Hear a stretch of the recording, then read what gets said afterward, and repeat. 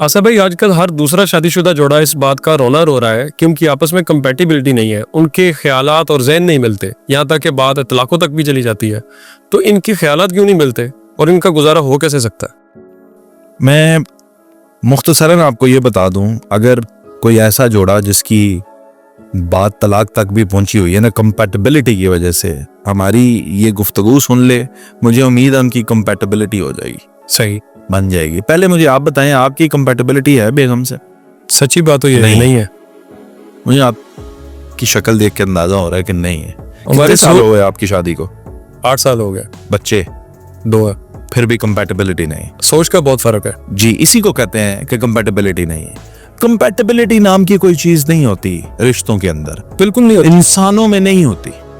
आप सॉफ्टवेयर्स में कंपैटिबिलिटी ढूंढें, सही, आप प्रोग्राम्स में ढूंढें, आप यानी रोबोटिक कोई चीजें हैं, मशीनरी है, उनमें को जाकर देखें कंपैटिबल चीजें हैं। लेकिन आप इंसानों में कंपैटिबिलिटी कैसे देख सकते हैं? एक ही माँ बाप के 2, 4, 6 बच्चे होते हैं, उनमें आपस में कोई कंपैटिबिलिटी, एक मशरिक सोच रखता है, एक मगरिब, एक शायर बन जाता है, एक डॉक्टर बन जाता है, तो वो क्या होता है? एक मसीहा बन जाता है, एक कातिल बन जाता है। आप खुद देखें कि उनमें कंपैटिबिलिटी नहीं है। तो 2 लोग ऐसे जो मुख्तलिफ घरों में पले, मुख्तलिफ खानदानों में, मुख्तलिफ सकाफत, आप उनको मिला के कहते हैं कि जी कंपैटिबल नहीं है, कैसे होंगे? कंपैटिबिलिटी होती नहीं है नरोज खान साहब। रिश्तों के अंदर कंपैटिबिलिटी बनाई जाती। सबसे बड़ा मसला अना का है, ईगो का है। सही, कि औरत को हमेशा ये लगता है, ये मैं आज के दौर की बात कर रहा हूं, बड़ी बारीकी से बात समझने की जरूरत है, कि औरत को ये लगता है कि मेरे साथ इनजस्टिस है, बच्चे भी मैं संभाल रही हूं, घर भी मैं देख रही हूं, और मेरा शौहर जो है वो वक्त नहीं दे रहा। आज के दौर में क्योंकि कमाना मुश्किल है, अखराजात ज्यादा है, दुनिया तेज है, मर्द को ये लगता है कि मैं कमा कमा के थक गया हूं, मुझे घर आता हूं, सुकून नहीं मिलता। बिल्कुल ऐसा।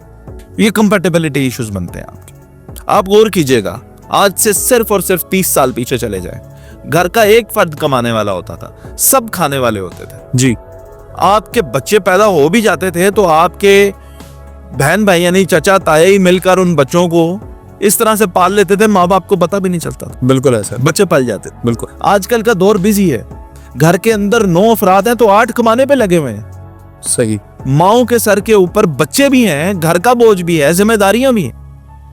उस सब के अंदर उसने हस्बैंड का मूड भी देखना है। बिल्कुल। तो जब शोहर थके थकाए घर आते हैं तो उन्हें आके ना अच्छा माहौल घर में मिलता है, ना बच्चे, उन्हें किसी को कभी चोट लगी होती है, कभी कुछ हुआ होता है, और वो सारा गड़मड़ जो है ये सिचुएशन साथ ही वो तल्फ कलामी आ जाती है। क्योंकि दौर तेजी का है। ऐसे दौर में कंपैटिबिलिटी कैसे बनाई जाए? बहुत ही आसान है, बहुत ही आसान है। वो भरोसा।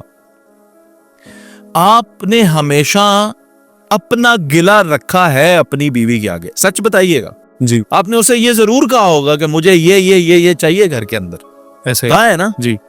कभी आपने ये सोचा है कि इन सब चीजों को तो मैं पसे पर्दा करता हूं, आज मैं ये कोशिश करता हूं कि जो जो उसके तहफ्फुज़ात है वो दूर करता हूं? ये तो वाकई सोचने वाली बात है। आपने नहीं किया। तो आप ऐसा करें कि उसकी आप बड़ी आसानी से मर्द औरत को कह देता है, चलो ठीक है ऐसा करो, पैसे तुम कमा लो, बच्चे मैं संभाल लेता। मर्द जुमला बोलते हैं ऐसा ही, पैसे तुम कमा लो, बच्चे मैं संभाल लेता हूं। जी, बोला जाता है। औरतें भी कह देती हैं बाज़ औक़ात कि मुझे भी कोई जॉब लगवा दें, कहती हैं, बड़ा शौक होता है, कई बार कहती मेरे हाथ में अपने पैसे होने चाहिए। आप एक दूसरे की जिम्मेदारियों और एफर्ट्स को एक्नॉलेज ही नहीं करते। औरतों को बता दूं, अगर आप एक दफा अपनी आंख से देख लें अपने मर्द को बाहर काम करते हुए, मालिक की गालियां सुनते हुए, चाहे वो टाई पैंट कोट पहनकर जाता है, आपको लगता है कि वो एसी में बैठा हुआ है, नहीं, वो जलील होकर रोटी कमा रहा है। एक दिन देख ले अपने मर्द को कैसे वो रिस्क कमाता है, सारी जिंदगी उसकी आप कदर करेंगे। बिल्कुल ऐसा ही है। 2007 में वालिद साहब के पास गया सऊदी अरेबिया, 30 साल मेरे बाप ने परदेश काटा है। उस 2007 से पहले मैं एक अय्याश आदमी था। मतलब मैं एक ऐसा टीनेजर था जो बड़ी ऐशी करता था, बाप के पैसे के सर पे बाप भेज देता था। मुझे नहीं पता था कि परदेश, मुझे तो ये लगता था मेरे अब्बू तो बाहर होता है, बिल्कुल, बस पैसे आ रहे हैं और हम एंजॉय कर रहे हैं। 2007 में जब पहली दफा मैं परदेश में गया ना, तो ये जो अब्बू बाहर होते हैं जी, जब मैंने बाप को देखा ना, खंबे पे चढ़ के जाके वो कुछ इलेक्ट्रिसिटी वो ठीक कर रहे थे उधर, सही, तो मेरी आंखों से वो आंसू जारी हुए जो दोबारा आज तक मैं वैसा रोया भी नहीं। और उस दिन के बाद आज तक बाप का क्या अपना क्या कोई भी पैसा मैंने जाया नहीं किया, मुझे कदर आई है पैसे की। इसी तरह मर्द जो हैं, इन्हें जो ये लगता है कि बच्चों के साथ आप मैं बच्चे संभाल लूंगा, आप पैसे कमा लें, आप एक दिन बच्चों के साथ गुजारें तो सही। बहुत वो सुबह से लेकर रात तक नरोज खान साहब, ये सिर्फ हमारी बीवियों की हिम्मत है जो इन बच्चों के साथ, आजकल के दौर के बच्चों के साथ, जी ये बात मानने वो बच्चा पुराने दौर का बच्चा था जिसे आप कहते थे वो देखो बर्ड, कुत्ता आ जाएगा, वो देखो जिन बाबा आ जाएगा, और वो डर के बैठ जाता था। आज के बच्चे पूछते हैं हमें डराया, हम पूरी पूरी रात नहीं उठते थे, उधर ही सहम के सो जाते थे। ऐसे ही अब आप बच्चे को कहें जिन बाबा आ जाएगा, वो पूछता है उसका कलर क्या होगा, उसने कपड़े कैसे पहने होंगे, क्यों आएगा, हमारे होम में क्यों आएगा, ऐसे ही है, क्या लेने आएगा। बिल्कुल सवाल पूछते हैं बच्चे। आज के बच्चे वो बच्चे नहीं। ऐसे बच्चों के साथ माएं जब गुजारा कर रही हैं, ये उनकी हिम्मत है, नाक में दम कर देते हैं। फिर उसके साथ साथ कुकिंग भी करनी है, फिर सफाई भी करनी है, आपके कपड़े भी इस्त्री करने हैं, और भी घर के काम होते हैं वो सारे करने हैं। उसके अंदर जो अपना जाती टाइम है ना औरत का, वो मैं आपको बताऊं, वो लॉस्ट हो जाता है। जिस तरह मर्द कमाई के चक्कर में अपनी जात को लॉस्ट कर देता ना, सर वो कंपैटिबिलिटी किधर से देगा जो खुद अपने कैपेबल भी नहीं रहा। वो औरत कंपैटिबिलिटी क्या देगी जो अपने कैपेबल भी नहीं रही। अच्छी भली वो खूबसूरत औरत होती थी, अब उसके हदो हाल ही बिगड़ गए हैं। किसके चक्कर में? आपके घर के चक्कर में। बिल्कुल। आप अच्छे भले टीनेजर होते थे, पतंगे उड़ाते थे, मोटरसाइकिल पे वन व्हीलिंग करते थे, अब आपकी हालत क्या हो गई? किसके चक्कर में? अपनी फैमिली के चक्कर में। एक दूसरे को समझें, जो आपने किया है उसको वैल्यू दे। बिल्कुल सही। एक्सेप्ट करें कि आपकी बीवी जो है वो आपके लिए अच्छा काम करती है, वो एक्सेप्ट करे कि आप अच्छा। पहली तो बात ये एक दूसरे को एक्सेप्ट करें। बिल्कुल। फिर आ गया वक्त नरोज खान साहब, चाहे जमीन ऊपर जाए या आसमान नीचे आए, अपनी फैमिली को टाइम दें। मर्दों की कई आदतें ये होती हैं कि वो फजूल बाहर बैठते हैं काम से आके भी। जी। अपना मैक्सिमम टाइम अपनी फैमिली को। तो आज का दौर ये नहीं है, बच्चे सिर्फ माँ नहीं मांगते, बाप भी मांगता है। फिर महीने में कम से कम 1-2 दिन ऐसे दें जो पूरे का पूरा दिन ही आपका फैमिली के साथ गुजरे, बच्चों के साथ गुजरे। सही। फिर वीकली बेसिस पे ऐसा जरूर करें कि एक आध दिन जो आपको अगर छुट्टी मिलती है, उस छुट्टी के दिन में बीवी को कहें कि आप बच्चे मेरी जिम्मेदारी, तुम सो लो, उसको रेस्ट नहीं में। तुम आज ऐसा करो, अम्मी अपने के घर चली जाओ, आज रेस्ट करो, बच्चे मैं संभालूं। उसको बच्चों के बगैर, या उसको ये आजादी दें, पैसे दें, ये नहीं आज आप अपनी मर्जी से शॉपिंग करें, रिलैक्स करें उसको थोड़ा सा। यस। हर इंसान आपके बगैर भी एक इंसान है, आपको माइनस करके भी उसकी एक जिंदगी है।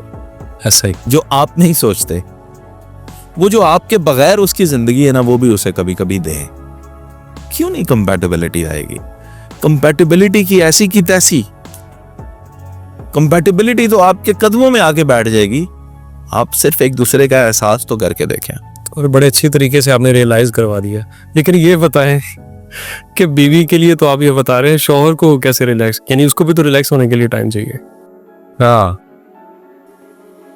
उसके लिए भी थोड़ा सा बताएं। हाँ जी, शौहर अपने लिए वक्त निकाले जी। सबसे पहले जी, सबसे पहले याद रखिएगा, अपनी सेहत पे कोई कंप्रोमाइज ना करें। सही। अगर आज के दौर के अंदर कोई बंदा ऑर्गेनाइज नहीं है ना, वक्त की कदर उसे पता होना चाहिए कि इतना वक्त ऑफिस में है, इतना वक्त मैंने बीवी को देना है, इतना जिम में देना, ठीक है, खुराक ये रखनी है, नींद भी लेनी है,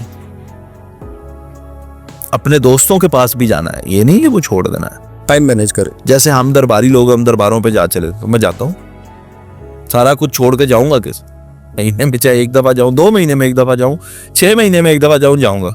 खुद को खुद टाइम दें। हाँ, खुद को टाइम देना, ठीक है। फिर आप सैलून को टाइम दें, वीकली दें, चाहे आप 2 हफ्ते में 1 दफा दें, अब दें, टाइम दें। इसी तरह औरतें भी जो हैं उनको भी आप टाइम दिलवाएं, उसे लेकर जाएं पार्लर पे। बिल्कुल सही से बोलें आप अच्छे से आप तैयार हों, आपका ये हक है, लेकर जाए, ये सारी चीजें मैनेज करें। देखें आप कैसे, मैं कहता हूं वो जोड़े जो ऐसे लगता है कि मुतजाद है, उनमें भी कंपैटिबिलिटी आ जाएगी। और एक खतरे की बात भी बता दूं जी, जिन लोगों की कंपैटिबिलिटी नहीं होती ना नरोज खान साहब, और इसको फिगर आउट भी नहीं करते और इसको ठीक करने की कोशिश भी नहीं करते, उनका आखिरी वक्त दोज़ख से कम बुरा नहीं होता। अच्छा। हाँ जी, और बुढ़ापे में भी वो एक दूसरे से नफरत की निगाह रखते हैं। बाद में ये चीजें नफरत में बदल जाती हैं। बूढ़ी होकर औरत को ये लगता है कि मैंने सारी जिंदगी जुल्म ढाए, इस शख्स ने मेरे ऊपर ढाए, औलाद का सहारा लेके उसको नीचा दिखाने की कोशिश करेगी। बुढ़ापे में उसकी चारपाई बरामदे में लगी। ना करे, इसलिए आज ही फिगर आउट करें और अपनी कंपैटिबिलिटी रिस्टोर करें, हो सकती है। बहुत शुक्रिया। Thank you.